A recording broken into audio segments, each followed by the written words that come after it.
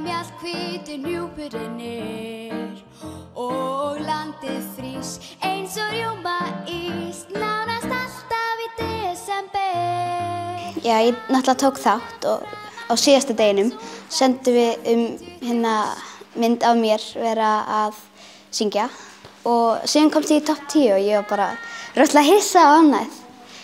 Og já, síðan eftir bara 2 vikur eða eitthvað, ég man það ekki, þá kom Gunni Helga í skólann okkar og var að lesa upp bókina sinni og þá bara sagði hann að ég vann. Ég var bara, já. Og komið þér það óvart? Já, og ég fór að gráta. Og þessi söngvakeppni sem við erum að tala um, þetta sem sagt Jólastjörnur Björgvins og þú ert að fara að syngja í Laugardalshöll á stórtónleikum sem þar verða haldnir 14. desember, ekki satt? Jú. Og hvað ertu að fara að syngja? Ég er að syngja 6 lög. Muntu syngja Majónesjól sem kom þér eiginlega til sigurs í þessari keppni? Nei, reyndar ekki. En já. En þú ert 11 ára gömul og ert fædd og uppalin hérna á Akureyri. Segðu okkur aðeins meira frá þér. Hvað ertu að gera hérna á Akureyri? Ég er að spila óbó. Ef ykkur veit ekki hvað það er, þá er það næstu í þessu klarinett. Og síðan er ég líka í leiklist og náttúrulega kór og að dansi.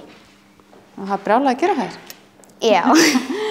En hvað? Hefurðu mestan áhuga á söngnum eða? Já, og dansinum. Og leiklistinu. Ég veit það ekki. Það er allt svona, já, bara jafn skemmtilegt held ég.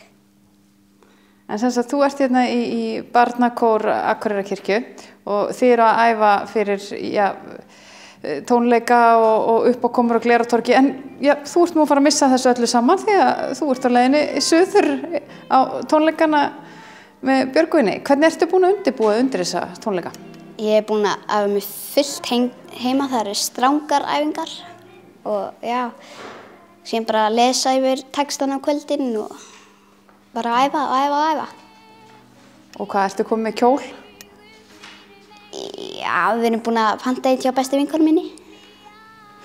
Þannig að þetta leggst bara vel í þig? Já, mér hlakkar rosalega mikið til.